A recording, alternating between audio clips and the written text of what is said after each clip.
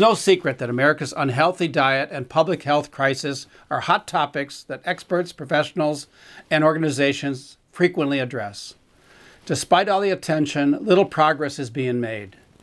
I wonder, where can change begin? One potential solution lies in the U.S. Farm Program and its Farm Bill, which has the power to not only improve our diets, but also benefit the environment. The Farm Bill is a package of legislation passed roughly every 5 years that has a tremendous impact on farming livelihoods, how food is grown, and eventually what kinds of food we eat. However, after researching the Farm Program, I discovered it's not just flawed, but is actually putting its main participants, the farmers, in a precarious position. The program is hurtling them towards financial instability, leading to food insecurity rippling around the world.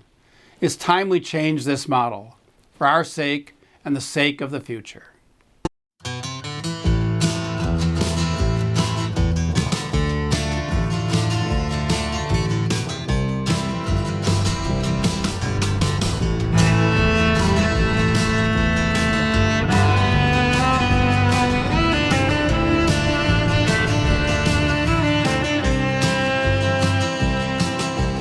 Dark clouds gather on the plain. Strange things move out in the rain. 1973, President Nixon's Secretary of Agriculture, Earl Butz, responded by calling upon American farmers to plant fence row to fence row. And he told them to get big or get out. The 1973 Farm Program was built on free enterprise principles, deregulation, individual responsibilities, free market capitalism. Corn prices did jump in 1973, but stalled out for the next 30 years. In addition, the turning over of farm policy to big ag companies opened the industry to bribery, corruption, extortion, illegal campaign financing, conspiracy, and price fixing. The most devastating move was the sugar tariffs that opened the floodgates for the higher-priced, high-fructose corn syrup, which has been identified as an evil in our diet. There is one person that understood how to capitalize on this new farm policy more than any other. Duane Andreas, CEO of ADM. He grew the company from a grain handling operation to the world's largest processor of corn and soybeans. He was often called the supermarketeer to the world. Today, corn and soybeans are the basis of over 1,000 ingredients in our food. His understanding of the world's agricultural market gained him personal relationships with hundreds of politicians and 8 U.S. presidents. He accompanied Hubert Humphrey on over 80 international trips, organizing Food for Peace export contracts. He openly preached, when it comes to agriculture, there is no such thing as a free market. ADM alone received billions of dollars of government subsidies as part of the Farm Program. Finally, in 1996, the covert operation of the big ag industry was exposed. Andreas' son was sent to prison for price fixing, and Andreas was forced to step down as chairman of ADM. But by 2006, the entire cycle is ready to be repeated with a gigantic play into ethanol. Pricing crops were disastrous back then, so they take land out of production, pay the farmer to not farm it. Okay, I'll buy into the Conservation Reserve Program. All right, it hurts me, but that's, some of it's quite right. But then when ethanol came along, hey, guess what? It's okay. Let's go tear out all those fence rows and all those 4 or 5 acres of pasture and trees, and let's plant more corn. It's good. The benefits of ethanol have been refuted through numerous studies. The University of Minnesota alone produced these findings. Requires more energy than it produces, 2002. Does not make U.S. less dependent on foreign oil, 2004. Affects the food supply, 2006. Has not stabilized the agricultural economy, 2006. Does not reduce the carbon footprint, 2008. Does not improve air quality over petrol fuels, 2017. And just like the 1973 Farm Program, the 2006 ethanol mandate proclaimed the end to farm subsidies. However, farm subsidies continue to grow and have reached out of control levels the past 2 years. I've never understood if we're pumping all that money into the farm program and the farmers are still not doing well, or most of them anyway, how can that possibly be? Why are farmers having such financial troubles? Very simply, The sale of their crops does not cover the cost to produce them. But it's wrong to think that farmers don't know their costs. They know and manage them as well as any small business owner. Nearly 50% of a farmer's operating costs are fixed: land, machinery, and labor. The variable inputs of seed, fertilizer, and weed control are actually not that variable, as they have the same costs for both a poor crop or a bumper crop. So the only financial way to get ahead is to harvest more bushels, get big or get out. In addition, a cash-poor business is not able to pay its full costs. As a result, environmental expenses have accumulated to the point where society is demanding they be addressed. But the farmers have no way to recover these added costs, and at the same time take on added risks by changing practices that have been fine-tuned for 50 years. If agriculture is really a free enterprise, why do prices stay so low? In the words of Duane Andreas, when it comes to agriculture, there's no such thing as a free market. In many ways, the U.S. Farm Program prevents agriculture from operating as a free market. Farmers sell their products at a loss, and taxpayers make up the difference. These annual payouts vary based on weather risks and export policies, but the trend is clear. Since 1973, direct payments to farmers has increased on average $500 million per year. Farmers are in a race they can never win, and with climate change the costs will only climb, all for the luxury of an unhealthy diet and an environmental calamity. It's time we take a proactive step in developing a farm policy that can sustain the family farm and our land. Where do we start? Let's look at those who have benefited most from today's farm program. What have they been up to? I've been living in this town for so long, I know the sound of all the shadows on the wall. I've been driving down this road to close my eyes, know where to go. I've been involved in farming most of my life. Most recently, I've been interested in the many issues farmers will be facing in the near future. One of them is what is called nutrient loss reduction, basically reducing the amount of NPK, nitrogen, phosphorus, and potassium that runs from our fields into our waterways. To be blunt, farmers apply as much as 200 pounds of nitrogen per acre, and as much as 25% of that ends up in the Mississippi River. Amazingly, one of the best services to assist farmers in addressing this issue was developed and is available for free right here in Champaign County. Two farmers came up with the idea. Steve Stierwalt, who was, I think at that time he was maybe the chair of the board of our Soil and Water Board, and Joe Rothermel, who I think was vice chair at that time, and since then they've switched positions, so now Joe's the chair and Steve's the vice chair. But two guys who were already certainly interested and concerned about the conservation issues.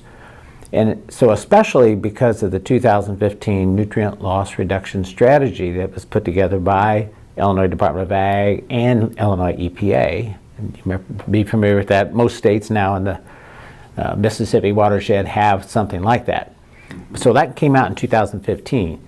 And I think that probably was the thing that really got their attention, that said, wow, if we don't do some things better as a group of farmers to reduce the nutrient losses that are affecting ultimately the Gulf of Mexico and the Hypoxia zone, that if we don't do something, we've heard what happens in other states when the farmers don't make changes, whether that be Delaware or whether it be Ohio and even to some level Iowa.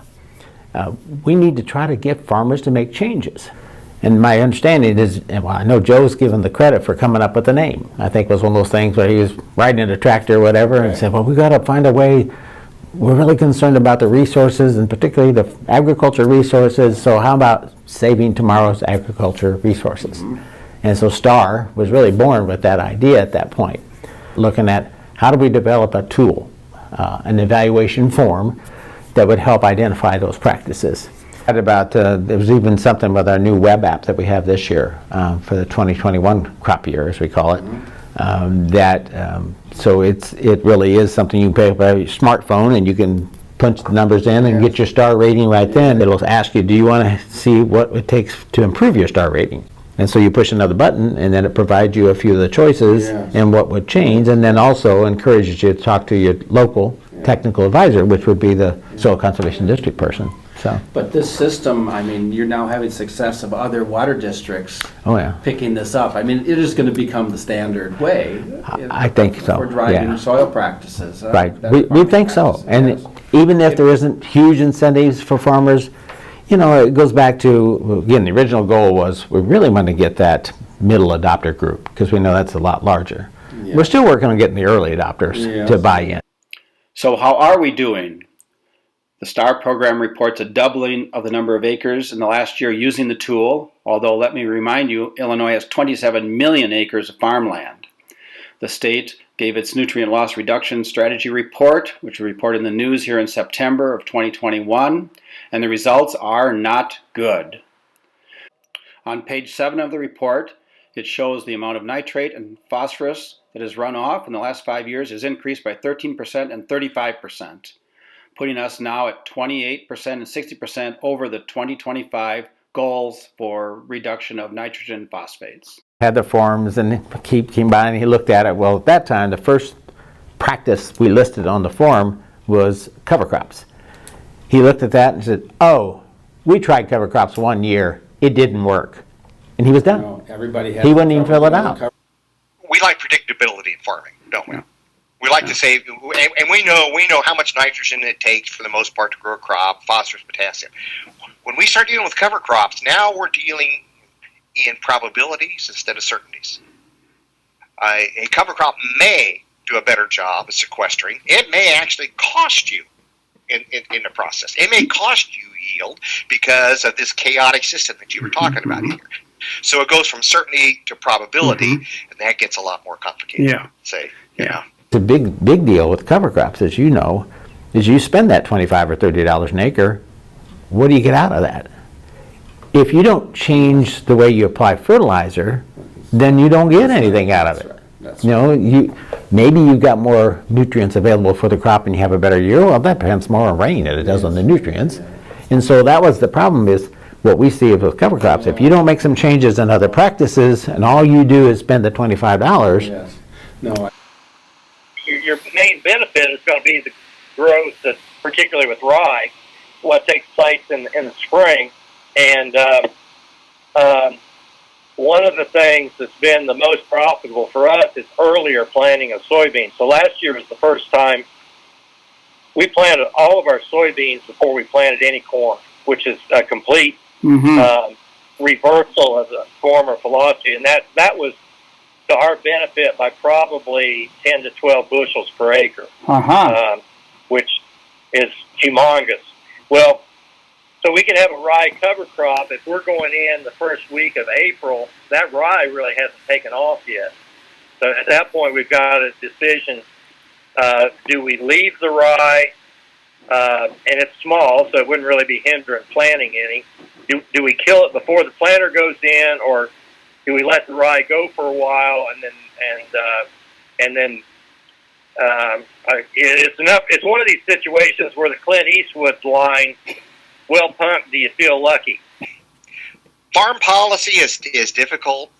You know, there is the only thing worse than farm policy is no farm policy. That marginal last bushel, the way everything is set up, has so much value to us. You know, I mean, that's what it's all about, getting that marginal next bushel. And because you've already got all your costs put into it, and if you can get that next bushel, that's important. Let's change that model.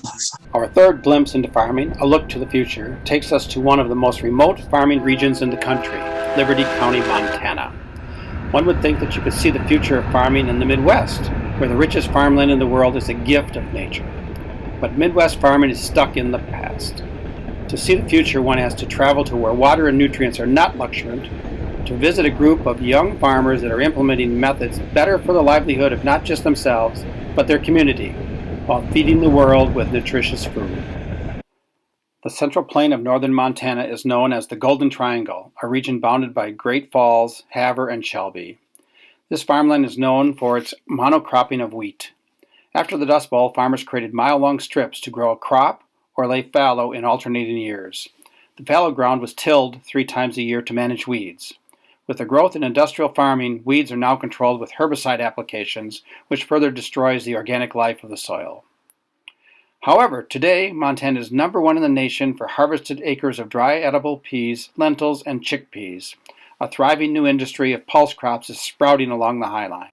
It's here that farming is changing. Its cooler climate and railroad infrastructure have opened new farming alternatives. Farmers are growing as many as 5 different crops on their land. Entrepreneurs are converting older grain elevators into pulse crop processing plants. Crop agronomists are developing a variety of precision agricultural tools for minimizing inputs and maximizing production against changing climate challenges. How did this happen? How long have you promoted pulse crops? Oh, it's probably been the last 15 years. They tried it probably 30 years ago and it didn't work out. Of course, it was drought years and now with winter years. And then we started doing chem fallow, and that made a bunch of difference. So now with the pulse crops, they can actually get rotation for them, so they can actually plant the pulse crops and turn around and put winter wheat back on the crop and almost get like a double crop. And we had some product, but you couldn't move it because there's nobody around locally enough to handle it. Actually, I was in a grain and barley plant for years and years, and I actually had to convert over into the pulses. I mean, it's no secret. I mean, we've got this big pulse plant here. We've got one in Hingham now. You know, I mean, they're setting up for this. You know, and so there's contracts start getting out there. You know, and they hear these, and as people have had success with these crops, you know, then they have to listen. When you've got relatives in Canada telling you for 20 years, Christ, eat lentils and chickpeas. They've been telling me. So I remember we won 2 years running there. We used all peas for the protein source. Mm-hmm. With the mineral supplement, we won less than $100 for 2 years running. Pigs was only 28 cents in them 2 years, but we still cleared a 27% profit. So everything that comes out of here is USDA #1. Which is and it's the less than definition. 1%, less than 1% damage there, less than 2% cracked seed coats on a pea, 0 foreign material. You should be able to just take it from there to the store after it leaves here. Probably peas is the best. The green peas, or yeah. there's green peas and yellow peas. Yellow peas is more of a feed, but they're actually using yellows as they actually take it to China now and make flour out of it. So actually, yellow peas are going for food processing now too. Okay. Yellow peas used to just be a straight feed. Okay, but green peas, that's your favorite pulse crops out here? Do you think that's the best for the Highline along here? That, as far as your return. Yes. Okay. Lentils do really well in certain years, but lentils is a short plant, so and they shell out. And not have to spray for weeds and chem fallow 3 times a year, and bring something back, put added value, nitrogen back into the soil, and bring a commodity back into the market and have something to market. This success has not come without its share of challenges. It involved change and uncertainties. Ideas to move away from the monoculture of wheat were tried 30 years ago but failed. It took the next generation of farmers and local business leaders to ignore the "we tried that before" and establish a new farming system for the Highline. We essentially have to treat it like it's a restaurant or a kitchen, the facility. Floors clean, I mean, no dust. It ain't like your typical when you used to go into the old elevator, the old feed store there, and there's dirt, people wandering around, doors open, birds flying around. And, you know, it's definitely a whole different deal there. I mean, you know, we can take a field and look at it, satellite imagery, and say, okay, we're going to plot, you know, here, this is where we'll take all our soil samples, and then we can feed that back in, and then variable rate spread it to you know, whatever you're trying to shoot for your yield goals and stuff. And like you say, it's all trying to grow a crop that is that high all the way through. Yes, top and bottom. You know. There was one U.S. farm program that helped break through this barrier. The Transition Incentives Program, TIP, connects beginning farmers with landowners having expiring CRP contracts.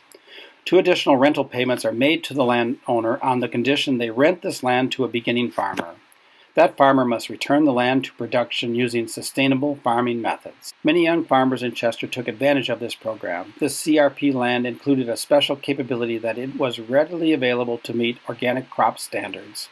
These young farmers could not only get a boost to start on their own, but were able to immediately deliver organic quality foods, something their generation was already desiring. After a few years, the farmers and processors came to the undesired realization that organic farming was not going to be economically sustainable. Without any modern tools, the soil and crop has little chance against the weeds and dry climate. The thing about, organics is, it's healthy, but you cannot grow bushels enough to feed the world. And now, organic prices and the commercial is that used to be, organic was paying $20 a bushel. Well, they've came way down.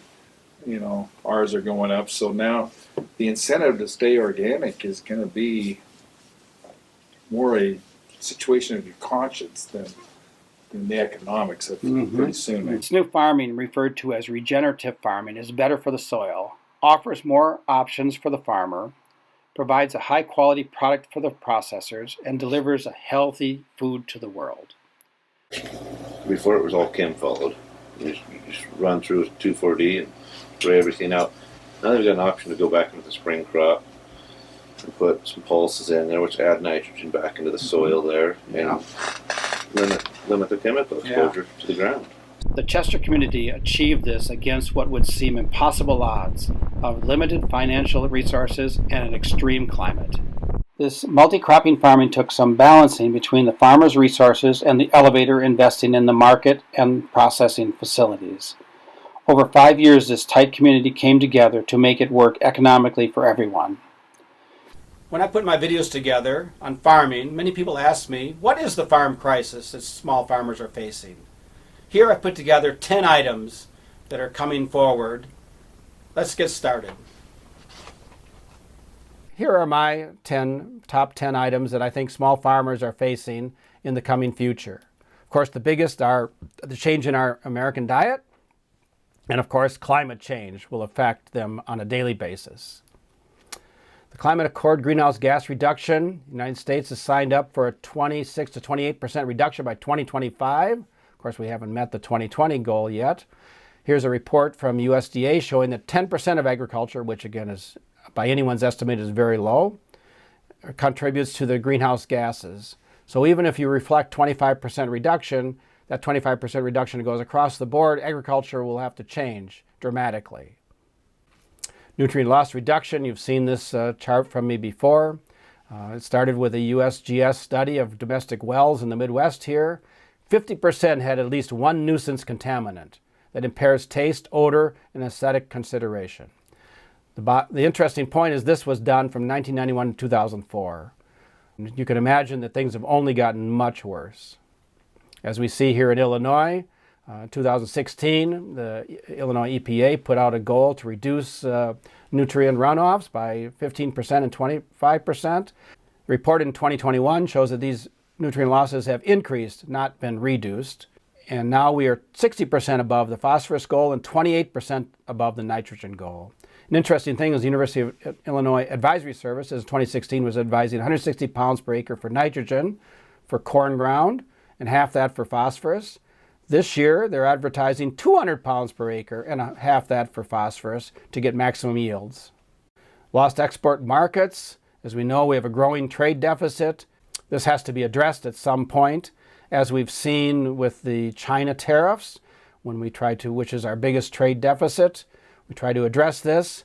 Those countries will put tariffs on our commodities, which again reduce that trade. The forecast for corn exports shows the United States being flat because of these issues.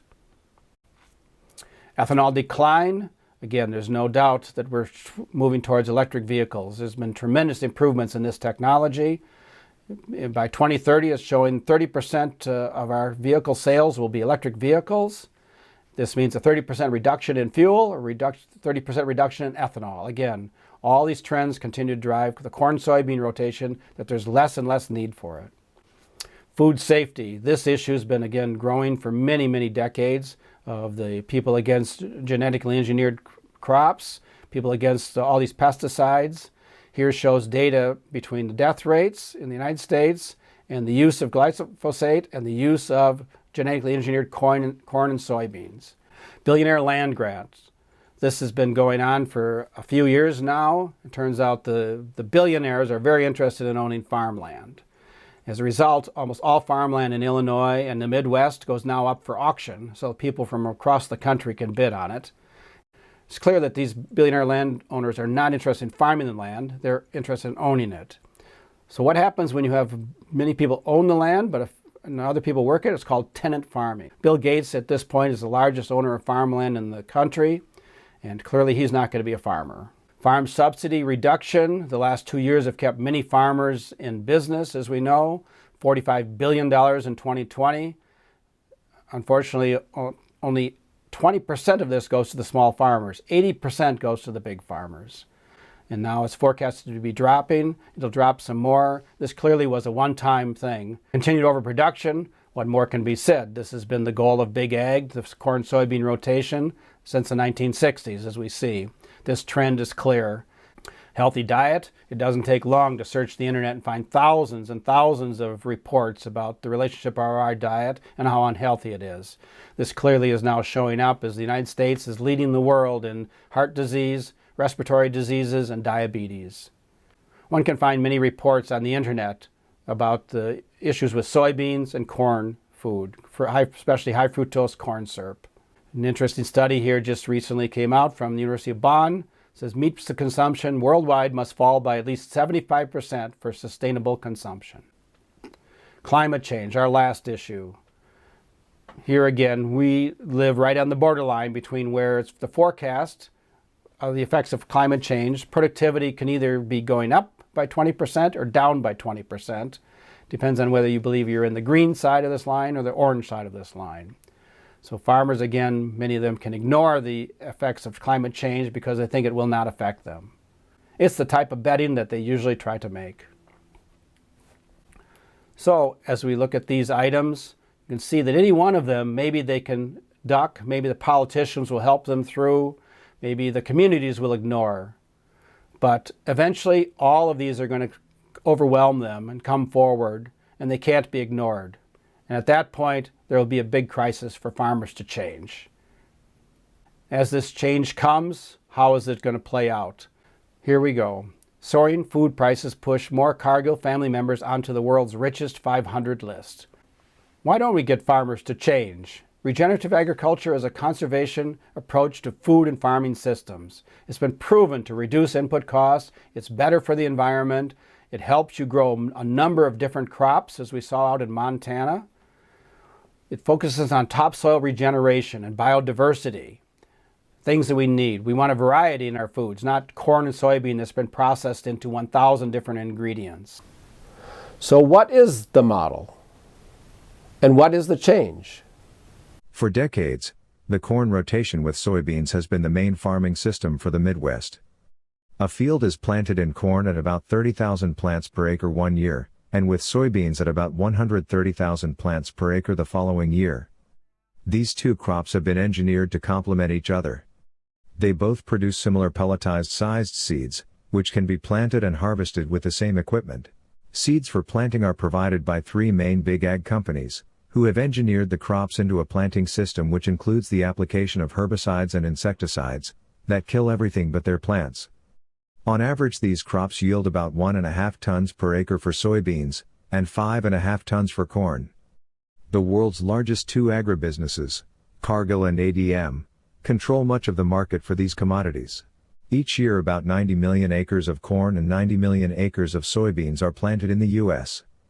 The end use of these harvested crops is equally split between export, energy, and food. The export market takes the product as it left the field. For energy, the seeds are brewed or pressed into ethanol or biodiesel. For food, the seeds are processed using organic and inorganic chemistry into over 1,000 ingredients, ranging from animal feed to high fructose corn syrup. Less than 1% of this land produces food for cereals. This is a tightly controlled business system run by Big Ag. The farmers are told they have the freedom to farm, but in reality, they are confined to purchasing supplies procreated by Big Ag, and then selling the grown crop back to them. This system is so tightly manipulated, few Midwest farmers venture outside this corn-soybean rotation, fearing it will lead to a world of uncertainty, in multiple schemes. Two major organizations help fuel this tightly bound system: the United States Department of Agriculture and land-grant universities. Each was formed separately in 1862 under President Lincoln, but have worked together for over 150 years to design the farming systems in place today. University Ag Research is primarily funded by Big Ag and focuses more on approving Big Ag products than initiating new ideas. The primary objectives of these fueling organizations can be simply stated: get big or get out. And overproduction. And when overproduction drives the commodity prices low and farmers sell their crops at a loss, the USDA makes direct payments to the farmers to make up the difference. These direct payments to farmers have increased at about $500 million per year since 1980. In 2020, these payments totaled a record $46,265,518,000. What are we paying for? It's time to change that model. It's pretty clear from where this change can start. It's where this corn-soybean system is being fueled today: land-grant universities and the USDA. The resources of these two organizations are stupendous, not just in funding but also with knowledgeable, insightful talent. They already have small, isolated programs encouraging the growth of healthier foods and the incorporation of regenerative farming methods. It's time that these become the primary programs and not just for show. Certainly, the corn-soybean rotation is not going away anytime soon. The system is far too ingrained into our Midwest rural economies and food production. But there is one step every farmer can take: regenerative farming practices. As we've seen, farmers already in harsh and changing climate areas are embracing it, not just for the environment, but for their own livelihood. Regenerative farming requires more precision. More precision in establishing a winter cover crop, tilling the seedbed and planting the crop, and in the timing and location of fertilizer and pesticides. A major drawback to the adoption of this precision farming is that it's difficult to implement with the largest machines going the fastest through the fields. Farmers will have to use smaller machines that allow them to get into the fields under wetter conditions. Not only will each farming operation take more passes, and thus more time, but the applications will need to be repeated to match the exact growing needs of the plant. It might be one thing to say that this is impossible, but today the technology and equipment are available. It's not a dream. It's here and ready to use. One family, who have farmed for nearly a century near Hinsboro, does and has taken a revolutionary step. They've assembled and are using a special set of equipment for performing precision strip tillage in combination with precision planting. We're kind of guinea pigs for this particular thing. Jared has had some moments where he was, he wasn't pulling his hair out. His hair was almost falling out. So what they're doing, so they're running a Case IH Steiger 450, and they're pulling an Orthman one trip, 16-row 31 tripper with a dry box, Balmar 6-ton dry fertilizer box on it. So they're banding their fertilizer and doing their strip till. The Orthman one tripper that we're using now is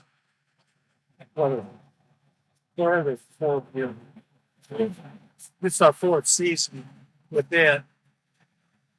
It's been a good tool, but guidance issues has been kind of an ongoing headache. I want it to be true. I want it to be where it should be, pass after pass, so I can come back and plant with this 24-row planter and not have that issue. Because if you have a guess row, you're gonna have a guess row in your planter pass every time. And he wanted that consistency so he could go in and plant and not have that issue, and every row would be in the strip. Every year we would start out the year, and most of it we thought we just were having trouble with the tractor. So we would do roll cows, and he'd get it where he wanted, but then pass to pass, he might be having some 2 or 3 inch variations on how wide and narrow your boat was.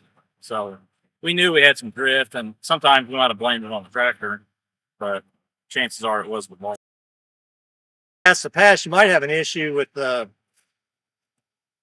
strip till bar might have been drifting to the right, and if you pulled in with the planter going the same direction, maybe the planter's drifting to the left, and all of a sudden you're off the strip. I remember it's maybe 3 years ago, I did a flag test on one of these twitches, and the flag test is basically just 12 hour by 12 hour monitoring the emergence, and so maybe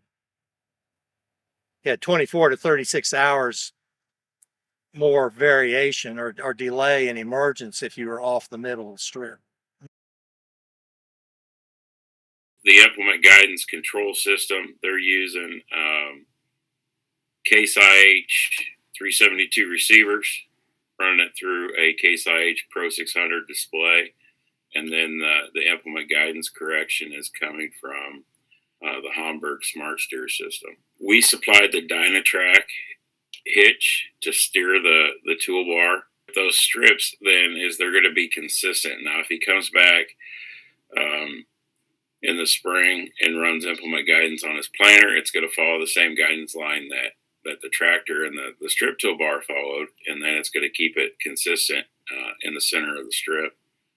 So we were just running with a receiver on the tractor, and then the implement's kind of going, wherever. Yeah, the one on the implement is getting a signal from the tractor, so that's how it knows if it's offline.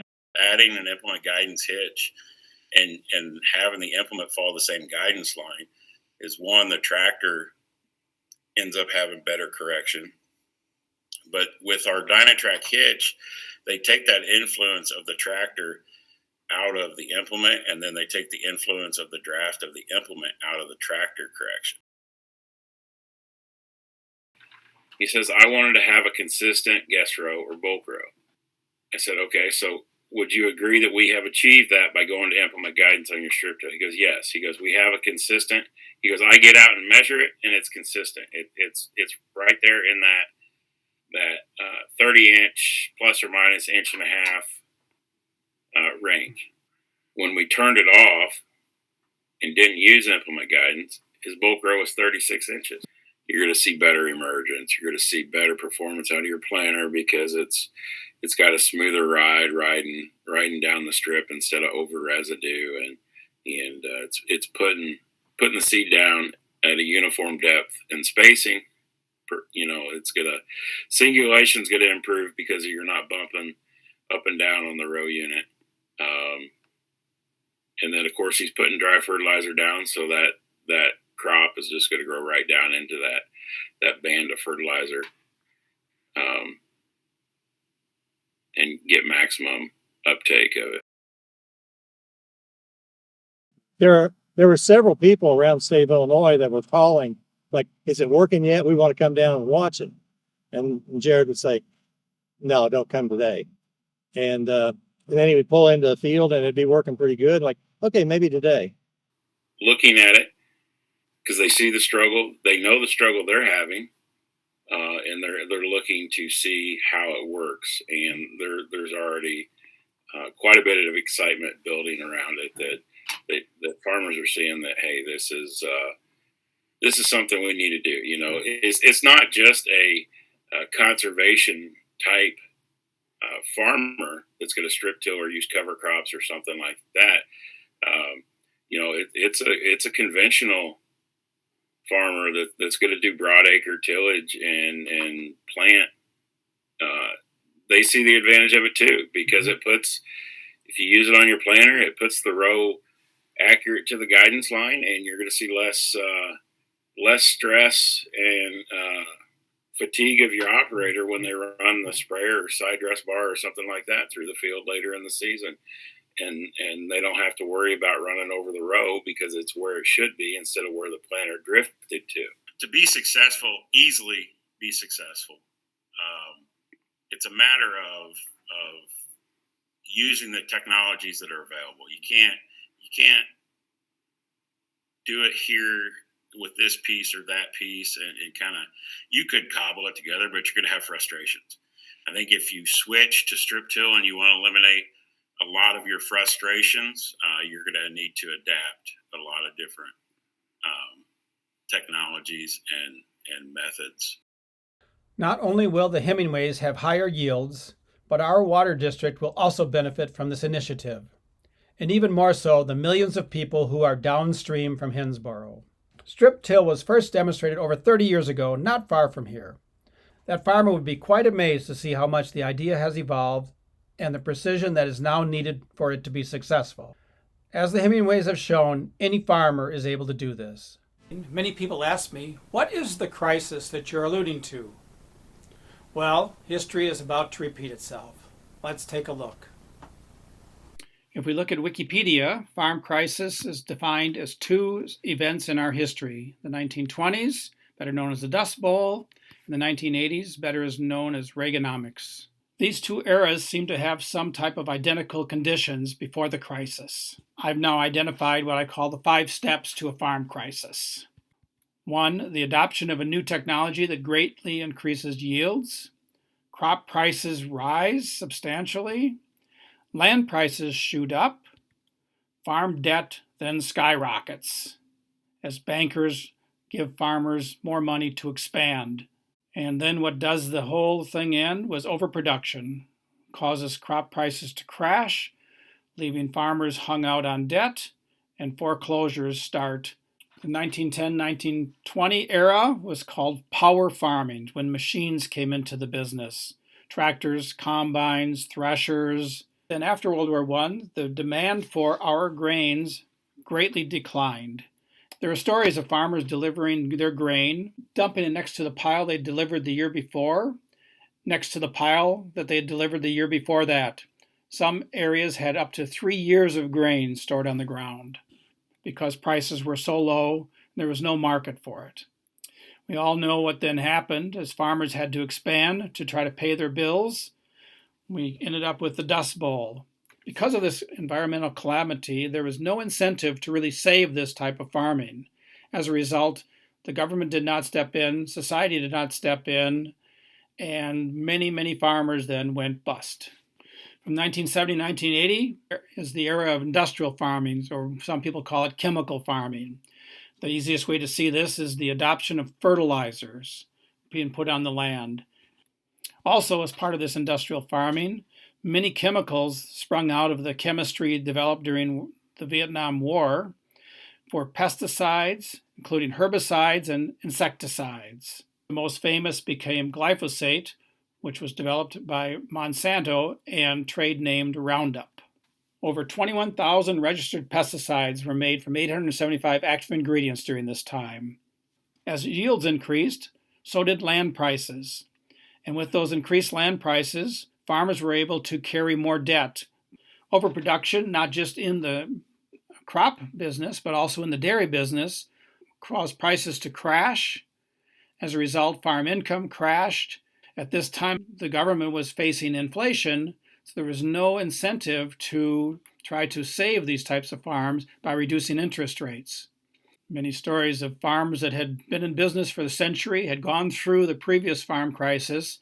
Now these farms were not able to make it through this crisis. Even demonstrations in Washington expecting again the government to save these family farms, which it would not. Society and government was not ready to step in and help this type of farming because it was not sustainable. So what's going on in agriculture today? Here we are. The next technology wave is coming in. There's a number of biological systems for working with the seeds, for the pesticides, and the fertilizers. All this kind of a system that's rolled up together to give you maximum yields. This era of farming is now called digital farming, where there's a lot of data being used to, again, maximize yields. Of course, the biggest unknown is still the weather. The weather drives many decisions in farming, and it still is a very unpredictable system. Prices now recently have started to rise in all of our traded commodities, almost a doubling of corn prices just in the last 2 years. That as prices go up, input costs seem to go up just as fast, so the margins on farming stay minimal all of the time. The suppliers of farmers price their products based on what the farmer can pay, not on what their costs to produce those chemicals are. Presently, what's going on is there's the billionaire land grab. Today, almost any land that is sold through auction, where people from all over the country are bidding on it. So these are people that are speculators and not farmers and have no plans to farm. Their long-term intentions is not clear at this point. Just 2 years ago, Sonny Perdue, when he was Secretary of Ag, made it clear to Congress when he said, farm debt has been rising more rapidly over the last 5 years, increasing by 30% to $409 billion, levels not seen since the 1980s. How do we compare our situation today with my 5 steps to a farm crisis? New technology, is it being adopted? Yes. The biotechnology systems, the genetic engineering systems. Crop prices are on the rise? Yes. Land prices shoot up? Yes, especially with all of the speculators and the auctions that are going on. And farm debt is skyrocketing, as we've just. So the last point that takes the farming to a crisis is overproduction, which causes then crop prices to crash. There's no out for the farmers because the only way to increase their income is to grow more corn or grow more product, but there's no value. As they grow more product, it only drives the commodity prices lower and lower. What farmers believe is we need all the corn we can grow. But do we? The biggest worry many farmers have is ethanol. Ethanol has been a big boost to the production of corn. If you drive around central Illinois, more than 50% of that corn that you see standing in the field goes to make ethanol. To be forecast in less than 10 years, more than 30% of the vehicles in the United States will be electric vehicles, directly leading to a 30% reduction in the need for ethanol. The climate will also affect this agricultural sector.